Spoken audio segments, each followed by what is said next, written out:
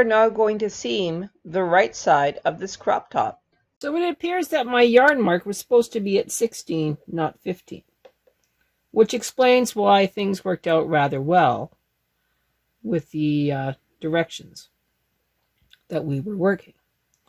So now I can actually take the extra stitch that was on the neckline and hang it where the stitch 15 is. And that way I have an extra stitch to correspond with the what is the word I'm looking for? It will correspond better with the way that we are working these stitches to be eased onto the project. Gee, that really didn't sound right, but it really is. So now I'm just easing these on for the neckline.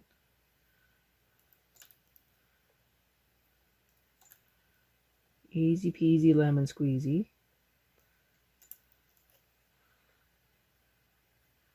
With just a couple that are the other way. And then I will stitch these two up together to close up the gap. Clear as mud, clear as mud. So these here, this one right here, will be worked into the sleeve for the, I believe that is the right hand side. Could be the left. And on this side I have the original yarn tail from our seaming, and then there's another yarn tail tucked in behind right here, which will also be worked in for the sleeve. No problem, we got this. I am now going to create another long yarn tail for the Kitchener stitch going this way. Well, this way, towards the center.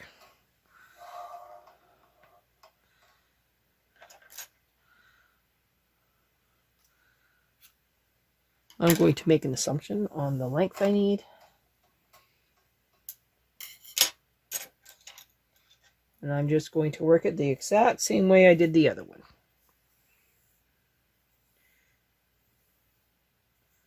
Keeping them separated until it's time to tighten it up.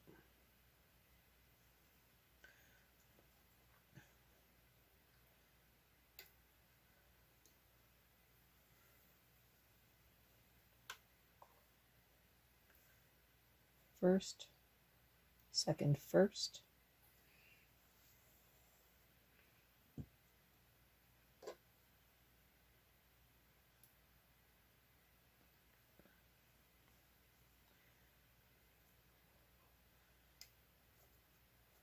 Second, second. And then third, second.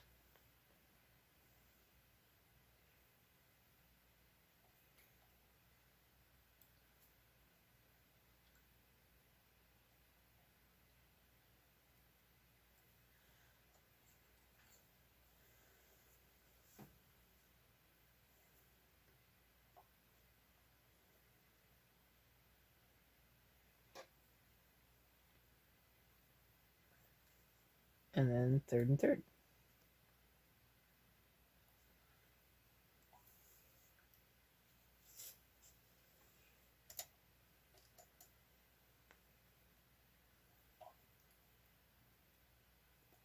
Fourth to third, and then 4 and 4. As you can see, my yarn tail is tangling on every single thing you can possibly think of.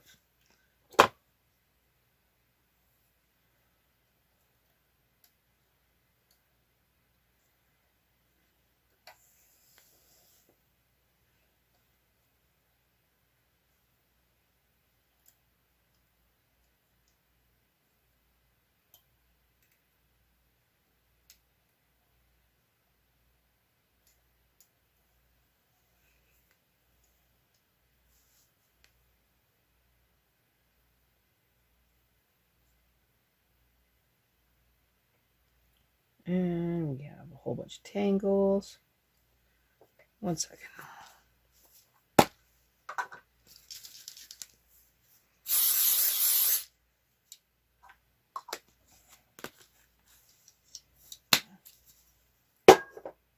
Yes, I hit it with a chemical. That's enough of that.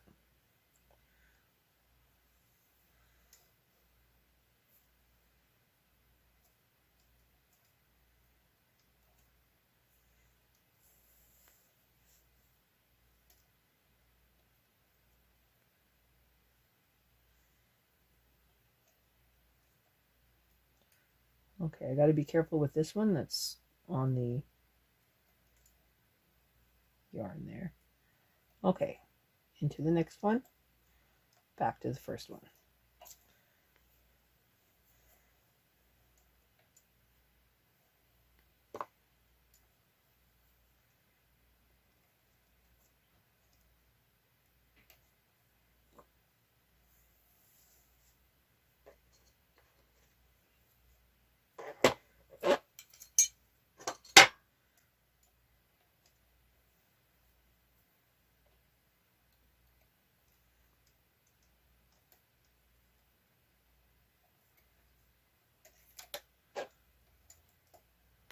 I can tell right now it's caught on the latch.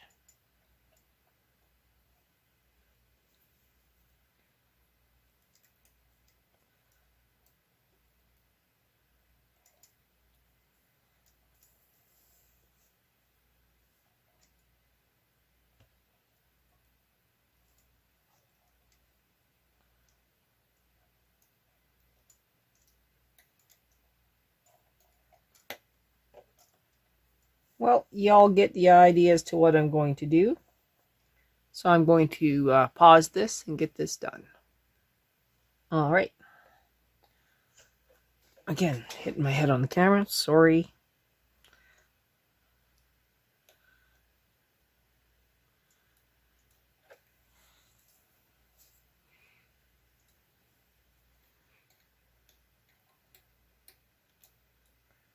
Trying my best not to hit my head on the camera.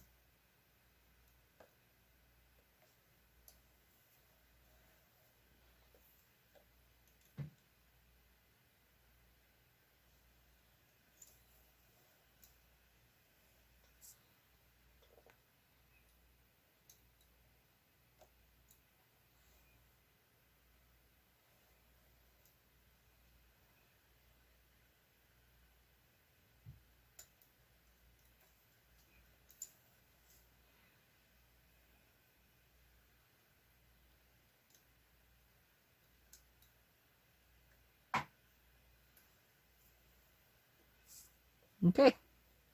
Now we're into the neck finish. No changes. Just want to make sure that we keep everything going the same directions. I suppose we could weave in this end. So the best way to do that would be to go back and forth, move these forward.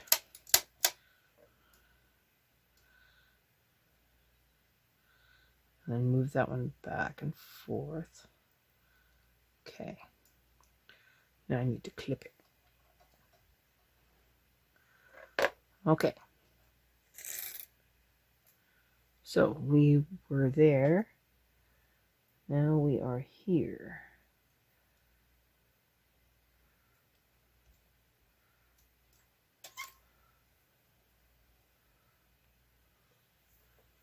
And here. Make sure that this is tight. Yeah, we're good. Okay. Into this one.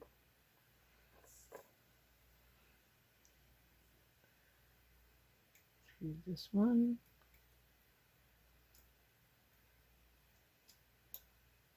Back to that one. Okay. Now we're going to weave into those ones. Making sure to capture that tail. Back into this one. And we want to make sure that we follow the same path to come back through. Okay. Under that one, through those three.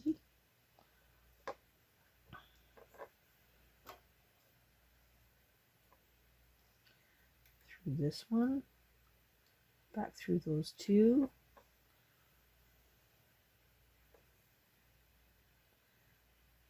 Through those two. And those ones.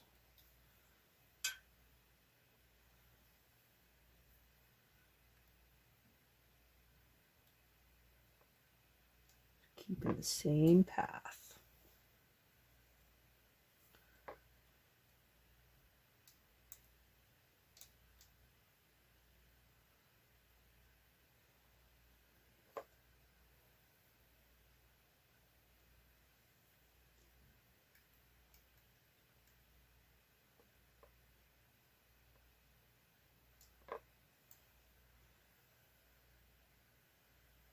Okay, for this part, we're going to go through that loop. And we'll come back through the same loops.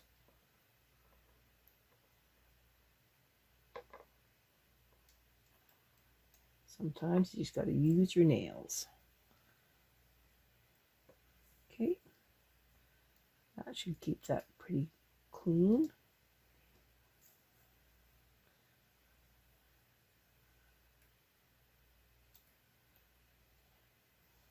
And shouldn't be a lump in there.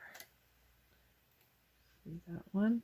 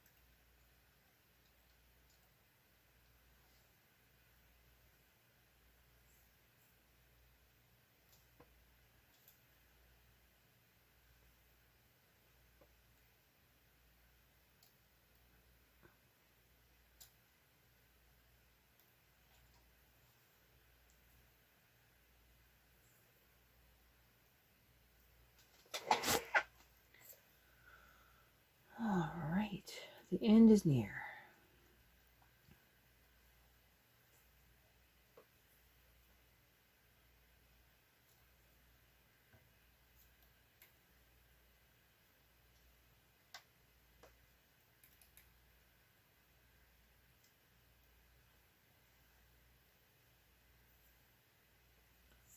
Okay, now we're through this one.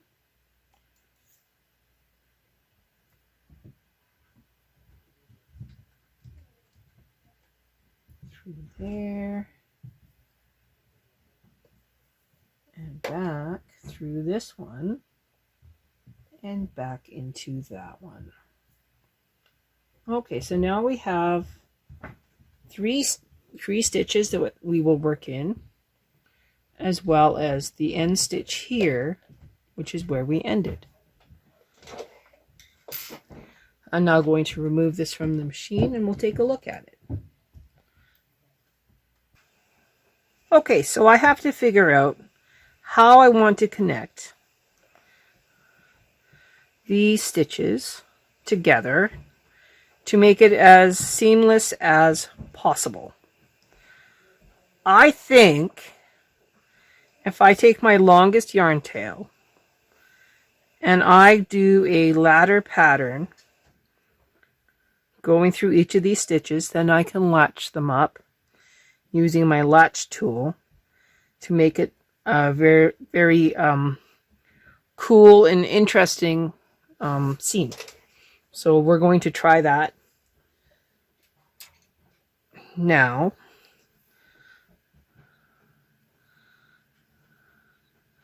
And see how it looks. So let's count here. I have 1, 2, 3, 4, 5, 6, 7, 8. 1, 2, 3, 4, 5, 6, 7, 8. Okay, so if I go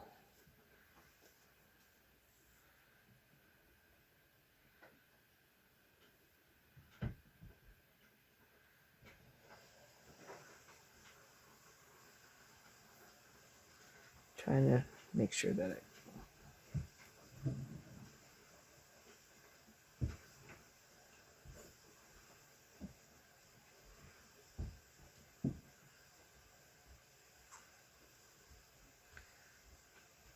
through these two.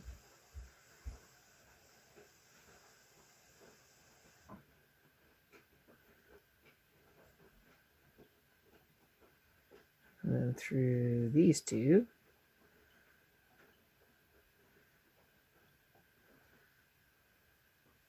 Straight. Leaving a finger width in between.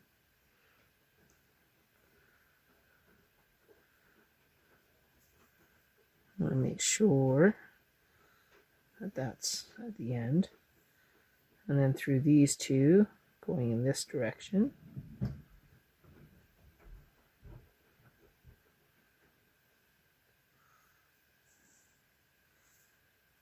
Through these two.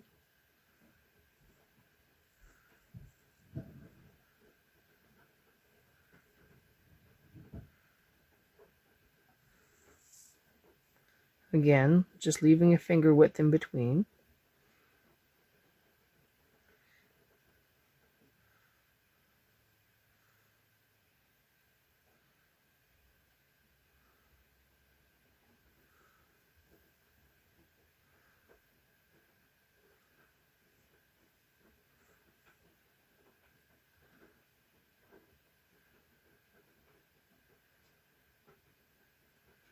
Make sure I'm not getting the waste yarn.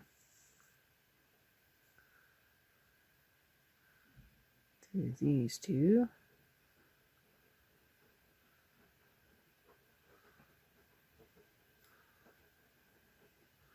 And then through this one.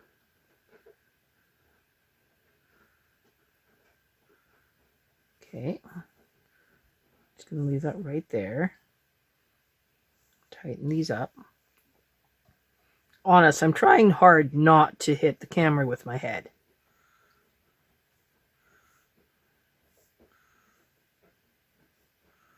Okay.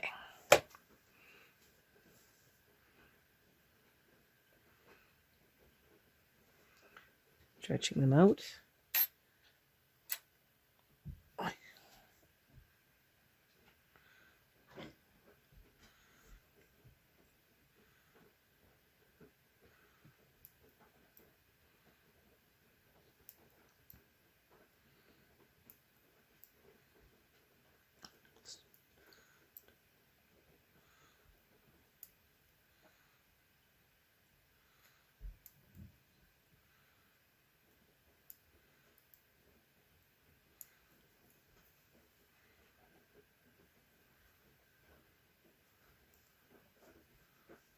Okay, I think that looks pretty good. Now I'm going to pull this through. And then I will work those stitches through the rest. So now we'll remove the waste yarn and see what we've got. Put your scissors down in between each cut so that you don't accidentally snag anything else.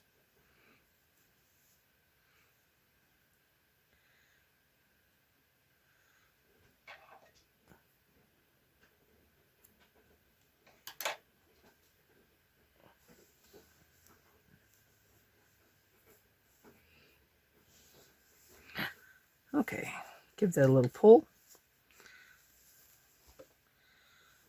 Now what do you see? Can you see the pattern? This is virtually seamless. They both go up,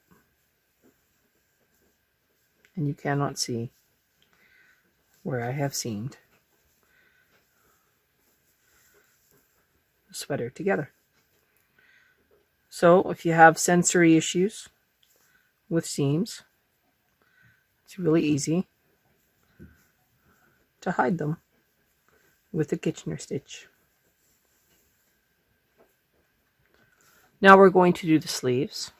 And to do the sleeves, we will be hanging from the seam, which is here, the center seam, will be on 0, 0, 0. So right there on 0 to the yarn mark, to the other yarn mark over here, and we will knit our sleeve. Ooh, I guess you couldn't see that. So yeah, from the center to the yarn mark and yarn mark to the center, we will be hanging up for the sleeve. I'm now going to reposition the camera so you can actually see what I'm doing. Next up, sleeves.